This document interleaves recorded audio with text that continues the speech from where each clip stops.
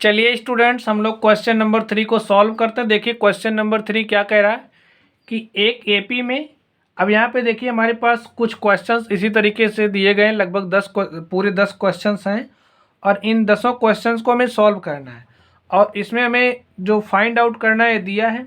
तो चलिए हम लोग एक एक करके इसको सॉल्व करते हैं। देखिए हमारा पहला क्वेश्चन क्या दिया है, पहला दिया है a बराबर 5, d बराबर 3, an बराबर 50, en और sn हमें ज्ञात करना है कि कोई श्रेणी है। चलिए हम लोग इसको सॉल्व करते हैं। ठीक है, कोई श्रेणी है जिसका प्रथम पद a इज इक्वल टू 5 दिया है, सर्वांतर d इज इक्वल टू 3 दिया है और इसका जो यनवा पद है, यनवा पद an इज इक्वल टू कितना दिया है, 50 दिया है और हमसे कह रहा है कि इसका क्या निकालना है, n निकालना है और sn निकालना है। तो चलिए हम लोग इसको सॉल्व करते हैं। हमारा फॉर्मूला क्या होता है, anवा पद अगर हमें दिया हो तो हमारा फॉर्मूला क्या होता है nवें पद के लिए, an इज इक्वल टू होता है a plus n minus 1 of d, यही होता है। और देखिए हमें an का वैल्यू दिया है, हमें an का वैल्यू कितना दिया है, 50। तो an का वैल्यू हम रख देंगे और जो हमारी श्रेणी है उसका प्रथम पद क्या दे रहा है, 5। तो a के स्थान पे 5 प्लस n हमें पता नहीं है और d का वैल्यू है 3, तो d का वैल्यू 3 रख देंगे और इसको हम सॉल्व कर लेंगे। देखिए क्या हो जाएगा, 5 प्लस 3 से मल्टीप्लाई करिए 3n माइनस 3 और यहाँ पे इज इक्वल टू क्या हो जाएगा, 50। देखिए 5 है और ये 3 है, 5 में से 3 घटा दीजिए, क्या बचेगा, 2 और इस 2 को इस तरफ लेकर के आइए तो क्या हो जाएगा, 3n is equal to 50 minus यहाँ से क्या बचा है 2, तो क्या हो जाएगा 48 और यहाँ से देखिए 3n इज इक्वल टू क्या आ चुका है 48 और हमारा n इज इक्वल टू क्या हो जाएगा 3 1 के 3, 3 16 में 48 और n इज इक्वल टू क्या आ गया 16। यानी कि जो हमारी श्रेणी है उसमें पदों की संख्या क्या है, 16 है। चलिए हमने n कैलकुलेट कर लिया है, अब हम लोग SN निकालते हैं। यानी कि जो हमारी श्रेणी है उसमें कुल 16 पद हैं तो SN का मतलब है n16 निकालना है। तो चलिए हम लोग निकालते हैं। SN इज इक्वल टू क्या हो जाएगा, फॉर्मूला आपको पता होगा कि अगर हमारे पास कोई भी श्रेणी दी गई है, कैसी श्रेणी है, समांतर श्रेणी है और उस समांतर श्रेणी का अगर हमें n पता है, श्रेणी का प्रथम पद पता है, सर्वांतर पता है, तो हम लोग इसका सम निकाल सकते हैं और जिसके लिए हमारा फॉर्मूला क्या होता है, s is equal to n/2 of 2a plus n minus 1 of d। A भी हमारा सम निकालने का फॉर्मूला है और ए भी है। आप लोग अगर इसको लिखना चाहते हैं तो लिख लें। चलिए अब हम लोग अपने क्वेश्चन पे चलते हैं।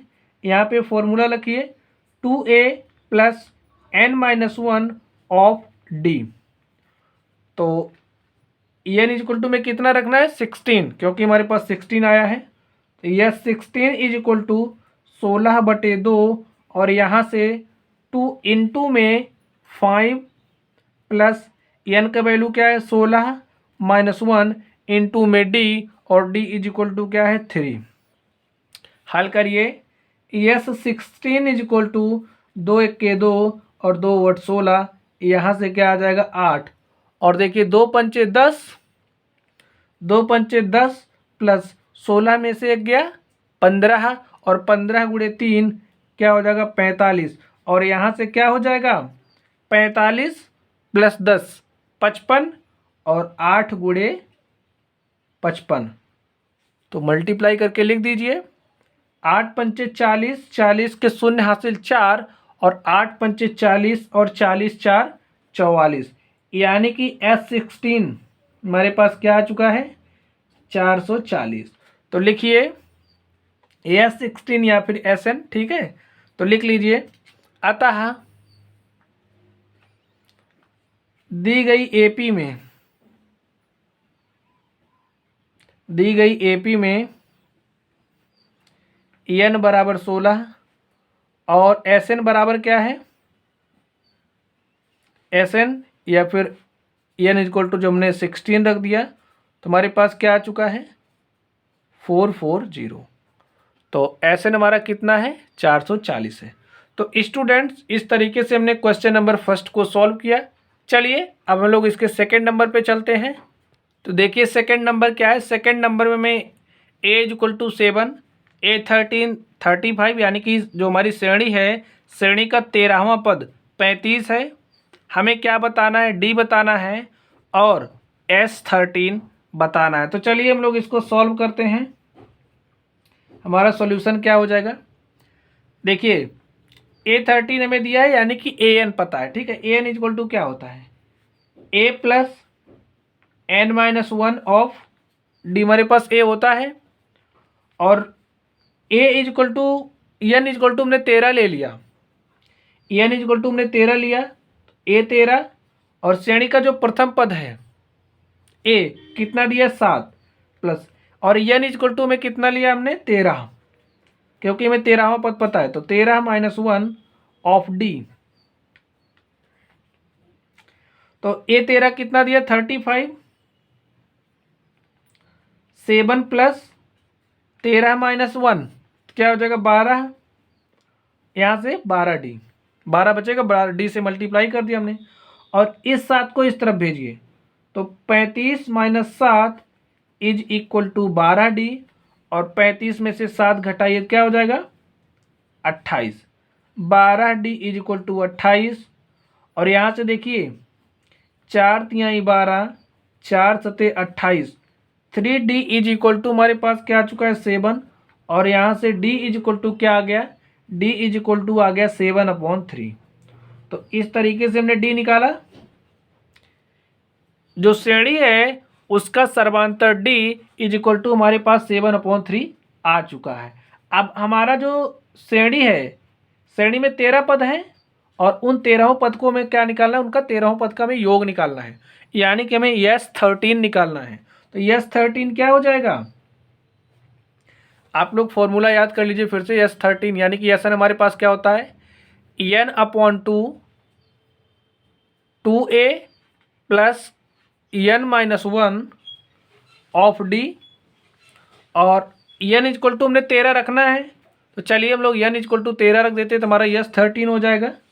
यहाँ पे N इक्वल टू 13 रख दीजिए, 13/2 2A श्रेणी का प्रथम पद 7 तो लिख दीजिए प्लस N-1, N कितना है 13 तो 13-1 ऑफ D और D कितना है 7/3।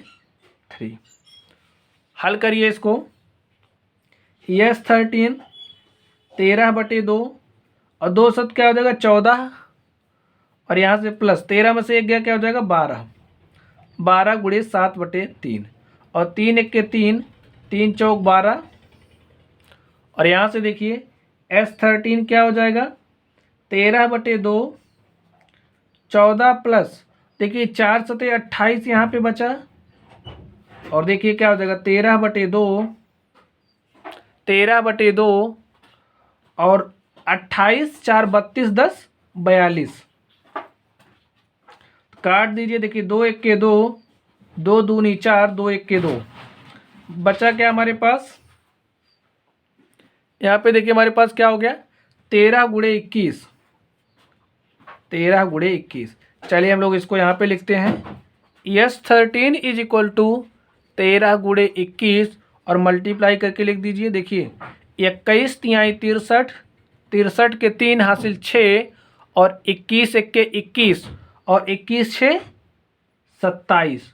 तो यहाँ पे हमारे पास S13 कितना आ चुका है 273। तो लिख दीजिए दी गई AP में, लिखिए अतः दी गई AP में D बराबर 7/2, D बराबर क्या है 7/3 तथा S13 इज इक्वल टू 273। तो स्टूडेंट्स, इस तरीके से हमने इस क्वेश्चन नंबर 2 को सॉल्व किया। चलिए अब हम लोग नेक्स्ट नंबर पे चलते हैं। नेक्स्ट हमारे पास 3rd है। इसमें देखिए हमें क्या दिया है, हमें A12 दिया है। A12 is equal to 37, D is equal to 3, और हमें क्या बताना है, हमें A बताना है और S12 बताना है। तो चलिए हम लोग इसको सॉल्व करते हैं। हमारा सॉल्यूशन क्या हो जाएगा, हम लोग मान लेते हैं हमारी जो श्रेणी है उसका प्रथम पद क्या है, A है। A निकालना भी है, तो लिखिए प्रथम पद श्रेणी का क्या है, A है।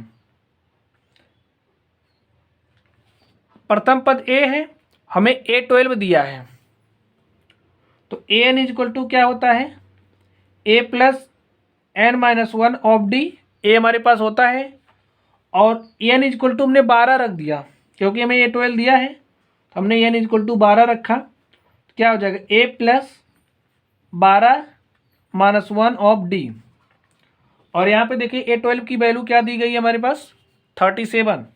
तो A12 के स्थान पर हम 37 लिखेंगे। A प्लस 12 में से 1 घटा दीजिए, क्या हो जाएगा 11। और देखिए D इज इक्वल टू हमें क्या दिया है, 3। तो लिखिए इसको 37 A प्लस 11 33, और यहाँ से देखिए इस A को यहीं पे रहने देते हैं और इस 33 को इस तरफ लेकर के आते हैं और इसको उसके बाद पलट देते हैं। तो A इक्वल टू क्या हो जाएगा, 37 माइनस 33, और यहाँ से देखिए 7 में से 3 गया 4, और 3 में से 3 गया क्या हो जाएगा, 0। हमारे पास जो श्रेणी है, श्रेणी का प्रथम पद क्या आ चुका है, हमारे पास श्रेणी का प्रथम पद A इज इक्वल टू 4 आ गया है। तो चलिए अब हम लोग इसके S12 को निकालते हैं। तो हमारा Sn इज इक्वल टू क्या होता है, n/2 of 2A plus n-1 of D। ये हमारा योग का फॉर्मूला होता है समांतर श्रेणी के लिए। और हमें n इज इक्वल टू क्या रखना है, 12, क्योंकि हमें S12 चाहिए। तो n बराबर 12 रख दीजिए। तो 12/2 ट्वाइस टाइम्स ऑफ A, और A कितना आ गया है, 4। तो लिख दो 4 प्लस n रखना है 12, 12 माइनस 1, n क्या रखना है, 12 माइनस 1 ऑफ D, और D इज इक्वल टू क्या है, 3 है। लिखिए इसको 2 1 के 2, 2 छंग 12, यहाँ पे आ गया 6, 2 चौक 8, प्लस 12 में से गया क्या हो जाएगा, 11, और 11 गुणे 3 क्या हो जाएगा, 33। सॉल्व कर दीजिए, 33 8 कितना हो जाएगा, 41। बचेगा क्या, 6 गुणे 41, और A हमारा क्या है, S12 है। मल्टीप्लाई कर दीजिए, 6 से मल्टीप्लाई करिए, देखिए 6 के 6 और 6 चौक 24, S12 हमारे पास क्या आ चुका है, 246। तो लिख दीजिए, अतः दी गई AP में A बराबर 4 तथा S12 कितना है, 246 है। यही हमारा क्या है, आंसर है। तो इस तरीके से हमने 3rd नंबर को सॉल्व किया। चलिए अब हम लोग 4th नंबर पे चलते हैं। तो देखिए 4th नंबर में क्या क्या दिया है, हमें A3 दिया है, A3 is equal to 15, S10 दिया है, और हमें क्या बताना है, D बताना है, और A10 बताना है। तो चलिए हम लोग इसको सॉल्व करते हैं। देखिए हमारा सॉल्यूशन क्या हो जाएगा, A3 दिया है, और हम मान ले रहे हैं कि भाई जो हमारी श्रेणी है उसका प्रथम पद क्या है, प्रथम पद A है, और हमारा an क्या होता है, यानी कि अगर कोई श्रेणी है उस श्रेणी का n वां पद क्या होता है, an, और an इज इक्वल टू होता है A plus n-1 of D। तो n इज इक्वल टू हमने रख दिया 3, तो n इज इक्वल टू 3 लीजिए, क्या हो जाएगा, A प्लस 3-1 ऑफ D। और यहाँ से देखिए A3 हमें कितना दिया, 15 इज इक्वल टू हो जाएगा A प्लस 3 में से गया क्या हो जाएगा, 2D। और इसको हम लोग लिख सकते हैं A plus 2D is equal to 15, और इसको हम लोग क्या मान लेंगे, समीकरण नंबर 1। ठीक है, चलिए अब हमें देखिए क्या दिया है, S10 दिया है, S10 दिया है। तो हमारा Sn इज इक्वल टू क्या होता है, Sn इज इक्वल टू होता है n/2 of 2a plus n-1 of d। और यहाँ से देखिए अब हमें दिया क्या है, S10 दिया है, तो n इज इक्वल टू हम 10 रख देंगे। तो n इज इक्वल टू हमने 10 रखा, तो 10/2 ट्वाइस टाइम्स ऑफ a का वैल्यू में पता नहीं है, n का वैल्यू हम 10 रख रहे हैं, 10 रखिए, 10-1 ऑफ d भी नहीं पता है। चलिए देखिए 2 1 के 2, 2 पंचे 10, तो यहाँ पे क्या हो जाएगा 5, तो लिख दीजिए 2a प्लस 10 में से गया 9 और 9 गुणे d क्या हो जाएगा 9d। और S10 कितना दिया 125, तो यहाँ पे 125 लिख दीजिए। अब इसको 5 से मल्टीप्लाई कर दीजिए, तो 5 दूनी क्या हो जाएगा, मल्टीप्लाई ना करिए, ठीक है, इस 5 को आप इस तरफ भेज दीजिए, क्योंकि यहाँ पे गुणे के साथ है, इस तरफ भेजिएगा तो भाग के साथ हो जाएगा। क्या हो जाएगा 125 बटे में 5, और यहाँ पे क्या बचा 2a प्लस 9d, काट दीजिए। देखिए 5 1 के 5, 5 दूनी 10 और 2 12 हो जाएगा 25, 5 5 25, तो हमारे पास क्या आ चुका 25 बराबर आ गया है 2a प्लस 9d, ये आ गया। तो चलिए इसको हम लोग इस तरफ कर देते हैं, 2a plus 9d is equal to 25, और a हमारा क्या हो गया समीकरण नंबर 2। अब आप यहाँ पे देखिए a हमारा समीकरण नंबर 1 है और a हमारा समीकरण नंबर 2 है। इसको हम लोग सॉल्व करते हैं। लिखिए समीकरण 1 व 2 से, 1 व 2 से, तो समीकरण 1 व 2 को हल कर लीजिए। a plus 2d is equal to 15, और 2 नंबर क्या है 2a plus 9d is equal to है 25। अब देखिए इन समीकरणों को हम लोग सॉल्व करेंगे विलोपन विधि से। किस विधि से, विलोपन विधि से सॉल्व करेंगे। तो विलोपन विधि से जब हम लोग समीकरणों को सॉल्व करते हैं तो क्या करते हैं, हम किसी एक वेरिएबल को समाप्त करते हैं। तो इस दोनों वेरिएबल्स में से हम किसी एक वेरिएबल को समाप्त करेंगे, ए और डी में से किसी एक को समाप्त करेंगे। और ए और डी में से किसी एक को समाप्त कैसे करेंगे बताइए। अगर हम इस समीकरण को, यानी कि जो हमारा पहला समीकरण है, पहले समीकरण में हम 2 से मल्टीप्लाई कर दें और उसके बाद हल कर दें, तो लिखिए पहले समीकरण को, देखिए समीकरण 1 को 2 से मल्टीप्लाई हुआ, 2 से 1 को 2 से मल्टीप्लाई करेंगे हुआ 2 से क्या हो जाएगा, तो समीकरण 1 को 2 से मल्टीप्लाई कर देते हैं यहीं पे, तो ये हो जाएगा 2a, और इसको 2 से मल्टीप्लाई करेंगे क्या हो जाएगा 2 दूनी 4d। ठीक है, यहीं पे हमने 2 से मल्टीप्लाई कर दिया, और इसको भी हमने 2 से मल्टीप्लाई कर दिया। इसको हम हल कर लेते हैं, ठीक है। यहाँ से आप लिख लीजिएगा समीकरण 1 को 2 से मल्टीप्लाई करने पर तथा 2 में से घटाने पर। तो क्या करेंगे, समीकरण 1 को 2 से गुणा करेंगे और इसको 2 में से घटा देंगे, ठीक है।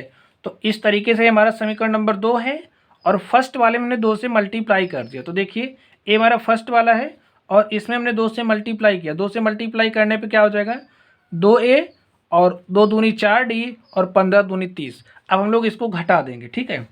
तो घटा दीजिए, घटाने पर क्या हो जाएगा, प्लस चिन्ह है तो माइनस हो जाएगा, प्लस है तो माइनस हो जाएगा, प्लस है तो माइनस हो जाएगा, 2a कैंसिल हो जाएगा, -4d प्लस 9d, यानी कि 9d में से 4d गया, क्या हो गया 5d, और यहाँ से -30 प्लस 25 क्या हो जाएगा -5। तो यहाँ से d इक्वल टू क्या हो जाएगा 5 1 के 5, यहाँ से d इक्वल टू आ जाएगा -1। तो देखिए हमारे पास d इक्वल टू -1 आ चुका है।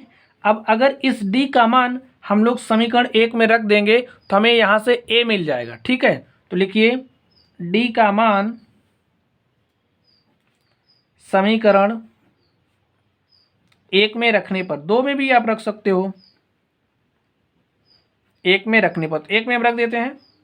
तो ए प्लस डी का मान है 1 तो यहाँ पे 2 है गुणे -1 इज इक्वल टू क्या है 15। तो यहाँ से हम ए निकाल लेंगे। तो ए इज इक्वल टू क्या हो जाएगा, देखिए 2 1 के 2 -2 और यहाँ पे 15, -2 को इस तरफ भेजेंगे तो यहाँ हो जाएगा +2। तो ए इज इक्वल टू क्या हो जाएगा 15 2 17।